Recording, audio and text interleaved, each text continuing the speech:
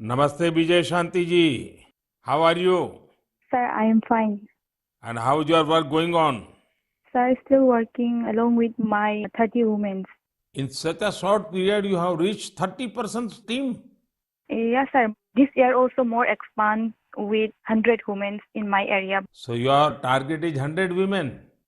Yeah, 100 women. And now people are familiar with this lotus stem fiber. Yes, sir. Everyone know from Man Ki Baat program all over India.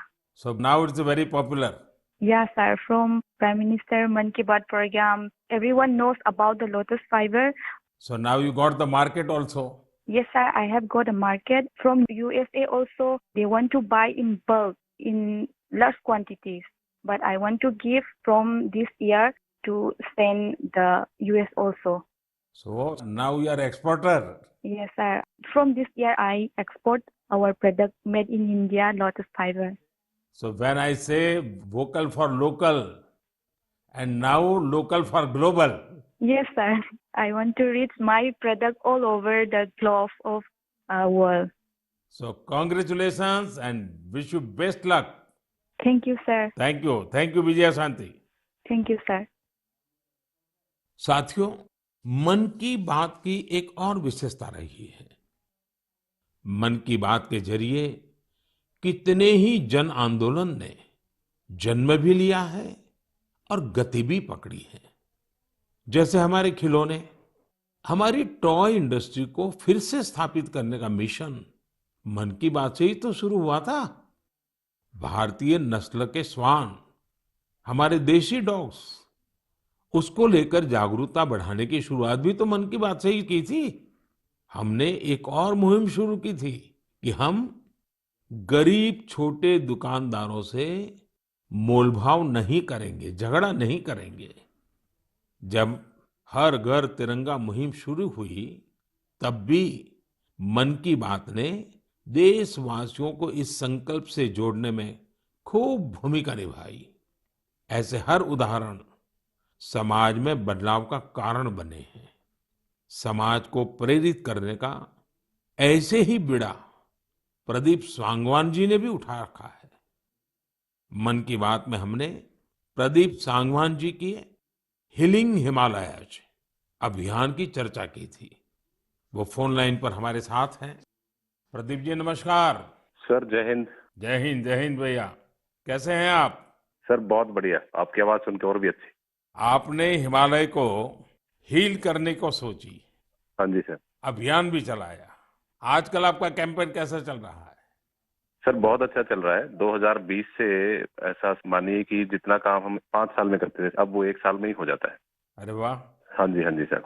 शुरुआत बहुत nervous हुई थी, बहुत डर था इस बात को लेके कि जिंदगी भर ये कर पाएंगे नहीं कर पाएंगे, पर थोड़ा सपोर्ट मिला और 2020 तक हम बहुत स्ट्रगल भी कर रहे थे। ऑनेस्टली लोग बहुत कम जुड़ रहे थे, बहुत सारे ऐसे लोग थे जो कि सपोर्ट नहीं कर पा रहे थे, हमारी मुहिम को इतना तवज्जो भी नहीं दे रहे थे।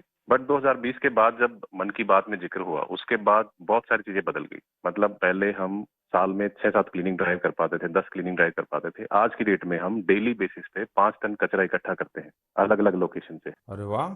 मन की बात में जिक्र होने के बाद आप सर बिलीव करें मेरी बात को कि मैं ऑलमोस्ट गिव अप करने की स्टेज पे था एक टाइम पे, और उसके बाद फिर बहुत सारा बदलाव आया मेरे जीवन में और चीजें इतनी स्पीड अप हो गई कि जो चीजें हमने सोची नहीं थी। सो आई एम रियली थैंकफुल कि पता नहीं कैसे हमारे जैसे लोगों को आप ढूंढ लेते हैं। कौन इतनी दूर दराज एरिया में काम करता है, हिमालय के क्षेत्र में जाके बैठ के हम काम कर रहे हैं, सॉल्टिट्यूड पे काम कर रहे हैं, वहां पे आपने ढूंढा हमें, हमारे काम को दुनिया के सामने लेके आए। तो मेरे लिए बहुत इमोशनल मोमेंट था तब भी और आज भी कि मैं हमारे देश के जो प्रथम सेवक हैं उनसे मैं बातचीत कर पा रहा हूँ। मेरे लिए इससे बड़ी सौभाग्य की बात नहीं हो सकती। प्रदीप जी, आप तो हिमालय के चोटियों पर सच्चे अर्थ में साधना कर रहे हैं और मुझे पक्का विश्वास है अब आपका नाम सुनते ही लोगों को याद आ जाता है कि आप कैसे पहाड़ों की स्वच्छता अभियान में जुड़े हैं। हाँ जी सर। और जैसा आपने बताया कि अब तो बहुत बड़ी टीम बनती जा रही है और आप इतनी बड़ी मात्रा में डेली काम कर रहे हैं। हाँ जी सर। और मुझे पूरा विश्वास है कि आपके इन प्रयासों से, उसकी चर्चा से अब तो कितने ही पर्वतारोही स्वच्छता से जुड़े फोटो पोस्ट करने लगे हैं। हाँ जी सर। बहुत। ये अच्छी बात है। आप जैसे साथियों के प्रयास के कारण waste is also a wealth, ये लोगों के दिमाग में अब स्थिर हो रहा है और पर्यावरण की भी रक्षा हो रही है और हिमालय का जो हमारा गर्व है उसको संभालना संवारना वो सामान्य मानवी जुड़ रहा है। पृथ्वी जी बहुत अच्छा लगा मुझे, बहुत बहुत धन्यवाद भैया। Thank you sir, thank you so much. जय हिंद। साथियों, आज देश में टूरिज्म बहुत तेजी से ग्रो कर रहा है।